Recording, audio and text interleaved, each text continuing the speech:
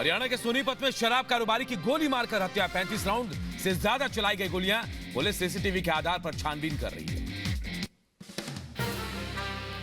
Sonipat murder पर police का बयान। गुलशन ढाबा में गोलीबारी की खबर मिली थी। जांच के लिए 7 टीमें बनाई गई हैं। सीसीटीवी फुटेज की भी निगरानी की जा रही है।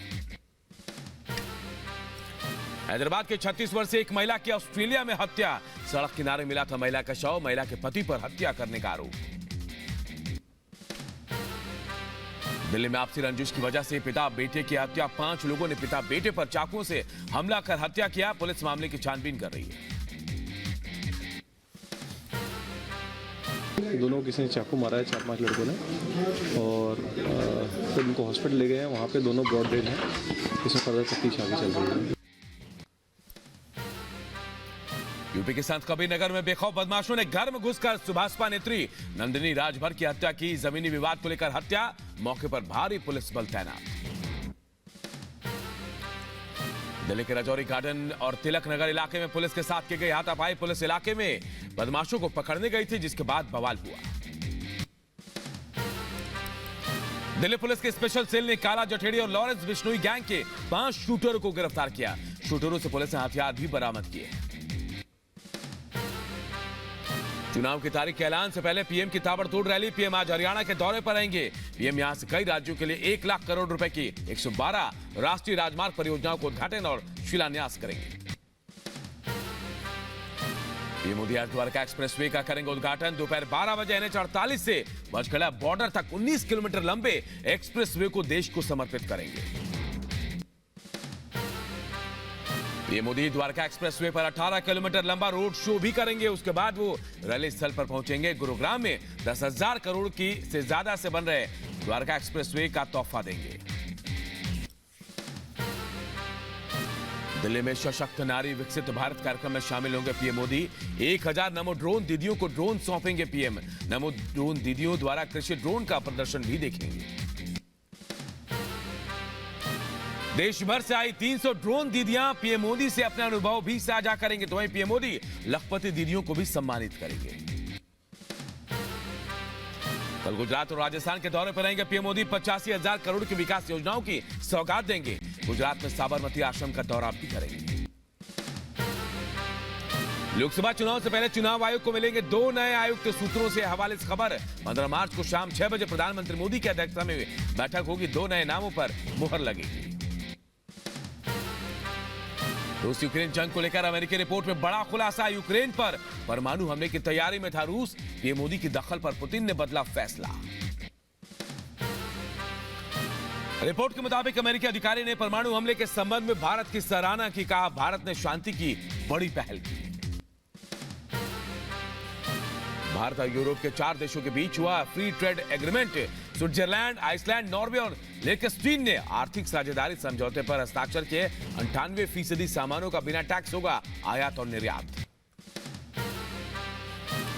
प्रधानमंत्री मोदी ने एफ्टा व्यापार समझौते को बताया ऐतिहासिक। अगले 15 साल तक 10 लाख से ज्यादा नौकरियों का मिलेगा अवसर। भारत में $100 बिलियन से ज्यादा निवेश करेंगे 4 यूरोपीय देशों की कंपनियां। एफ्टा व्यापार समझौते के बाद स्विट्जरलैंड से घड़ियां, कृषि मशीनरी, चॉकलेट का बिना टैक्स भारत करेगा आयात। भारत के कारोबारी भी स्विट्जरलैंड, नॉर्वे को बिना टैक्स करेंगे निर्यात। जस्टिस अजय मानिकराव खानविलकर ने लोकपाल के अध्यक्ष की शपथ ली। राष्ट्रपति द्रौपदी मुर्मू ने शपथ दिलाई।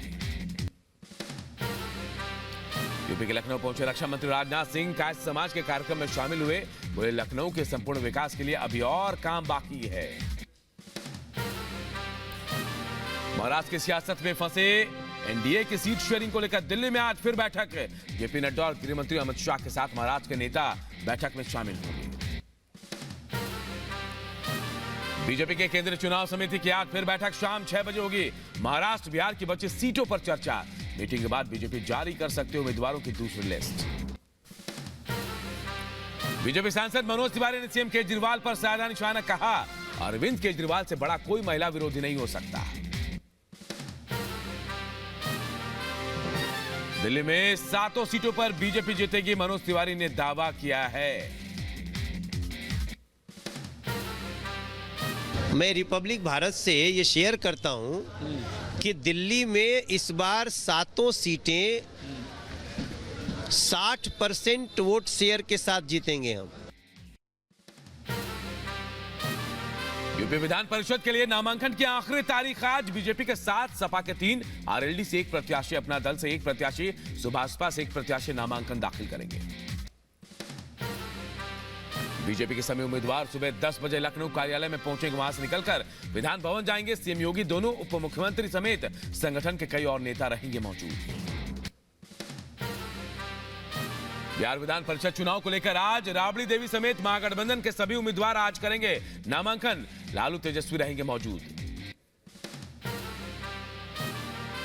आजमगढ़ एयरपोर्ट के उद्घाटन पर अखिलेश यादव ने बीजेपी पर निशाना साधा। कहा, एयरपोर्ट नेताजी और समाजवादी पार्टी ने बनवाया था, चुनाव में दिखावा किया जा रहा है। चित्रकूट का एयरपोर्ट नेताजी और समाजवादी पार्टी ने बनवाया था। मुरादाबाद का एयरपोर्ट नेताजी और समाजवादी पार्टी ने बनाया था, उसका उद्घाटन हुआ। अरे ये सरकार अपना कुछ बनाए हुए का उद्घाटन करेगी कि दूसरों का ही उद्घाटन करती रहेगी? हरियाणा के गृहमंत्री अनिल विज ने कांग्रेस पर किया जोरदार हमला। कहा, कांग्रेस हर चीज को मुद्दा बनाना चाहती है। वो चाहते हैं कि देश में पीस एंड हार्मनी ना रहे, कोई मुद्दा हो जाए, इनका यही काम है। कांग्रेस तो हर चीज को मुद्दा बनाना चाहती है, हर बात में कोई ना कोई इशू क्रिएट करना चाहते हैं। बीजेपी केंद्रीय चुनाव समिति की बैठक पर बोले केंद्रीय मंत्री अनुराग ठाकुर, हिमाचल की 4 लोकसभा सीटों पर उम्मीदवारों का ऐलान होगा। मतारी वंदन योजना पर सीएम विष्णुदेव साय का बयान। कहा, पीएम के नेतृत्व में योजना की शुरुआत, महिलाओं को दी 1000 रुपए की किस्त। बीजेपी सरकार ने अपना वादा पूरा किया। प्रधानमंत्री जी की गरिमामय उपस्थिति में आज से इस योजना की शुरुआत हो रही है। 17,12,600 महिलाओं के बैंक खातों में पहली किस्त के रूप में 1,000 रुपए का अंतरण आपके कमलों से हो रहा है।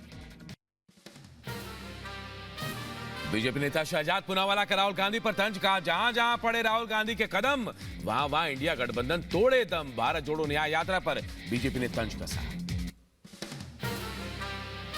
जहां जहां पड़े राहुल के कदम, वहां वहां इंडी गठबंधन तोड़े दम। पश्चिम बंगाल में तृणमूल कांग्रेस ममता दीदी ने यूनिलैटरली सारी सीटों पर अपने प्रत्याशी घोषित कर दिए और कांग्रेस धरी की धरी बैठी रह गई। राजस्थान कांग्रेस को तगड़ा झटका। गहलोत, पायलट और जोशी समर्थक 32 नेता बीजेपी में शामिल हुए। सीएम भजनलाल शर्मा और सीपी जोशी ने बीजेपी की सदस्यता दिलाई। संदेशखाली कांड को लेकर बीजेपी नेता मनोज तिवारी ने टीएमसी और कांग्रेस पर निशाना साधा। कहा, संदेशखाली की घटना के बाद पश्चिम बंगाल में टीएमसी भी नहीं और ना ही कांग्रेस, अब वहां भारतीय जनता पार्टी रहेगी। देखो, कहने के लिए पार्ट है ना, तो टीएमसी ये भी तो कहती है ममता दीदी कि वहां पे कांग्रेस कहीं है ही नहीं। चुनाव आयोग आज अपने सभी पर्यवेक्षकों से करेगा मुलाकात। दिल्ली का विज्ञान भवन में होगी बैठक। ग्वालियर एयरपोर्ट के उद्घाटन पर बोले एमपी के सीएम मोहन यादव, ये केवल एयरपोर्ट नहीं बना बल्कि विकास का नया कीर्तिमान बना है। आजमगढ़ में मुस्लिम समाज ने खुलकर किया पीएम मोदी का समर्थन। जगह जगह लगाया पोस्टर, लिखा, दूरी है ना खाई है, मोदी हमारा भाई है। अमेठी और रायबरेली की सीट छोड़ने पर कांग्रेस आलाकमान के खिलाफ वही यूपी कांग्रेस के नेता अविनाश पांडे ने आलाकमान को लिखा पत्र। कहा, जानना चाहती है जनता रायबरेली और अमेठी से, गांधी परिवार से ही कोई लड़े चुनाव। यूपी कांग्रेस प्रभारी अविनाश पांडे ने की स्वामी प्रसाद मौर्य से मुलाकात। लखनऊ में हुई दोनों नेताओं की मुलाकात। बंगाल में इंडी गठबंधन को झटका। टीएमसी ने लोकसभा चुनाव के लिए 42 उम्मीदवारों की लिस्ट जारी की। बीजेपी ने कांग्रेस पर साधा निशाना। का बंगाल में टीएमसी ने सभी सीटों पर अपने उम्मीदवार घोषित कर दिया। अब राहुल गांधी और प्रियंका गांधी को संदेशखाली मामले पर चुप्पी तोड़नी चाहिए। लोकसभा चुनाव से पहले तेलंगाना में बीआरएस को बड़ा झटका। पूर्व सांसद गिदाम नागेश, सीताराम नायक, पूर्व विधायक वेंकटराव बीजेपी में शामिल। केंद्रीय मंत्री गिरिराज सिंह का इंडी गठबंधन पर हमला। का इंडी गठबंधन ऊपर से फिट, अंदर से मुकामा घाट है। बिहार में सीटों के बंटवारे पर बोले चिराग पासवान। का सीटों से ज्यादा बिहार के लोगों की चिंता है। बीजेपी सांसद ब्रजेंद्र सिंह के कांग्रेस में जाने पर दुष्यंत चौटाला ने चुटकी ली, कहा अब हिसार छोड़कर भागेंगे या सोनीपत से लड़ेंगे चुनाव। आज अयोध्या जाएगी राजस्थान कैबिनेट। कैबिनेट के साथ रामलला के दर्शन पूजन करेंगे सीएम भजनलाल। लोकसभा अध्यक्ष ओम बिरला कल से 2 दिवसीय अयोध्या दौरे पर रहेंगे। पत्नी के साथ हनुमानगढ़ी और रामलला के दर्शन करेंगे। मिर्जापुर के सांसद अनुप्रिया पटेल ने सड़क हादसे में घायल युवक को पहुंचा अस्पताल। मिर्जापुर में पिकअप गाड़ी के पीछे से स्कूटी टकराने के कारण शख्स घायल हो गया था।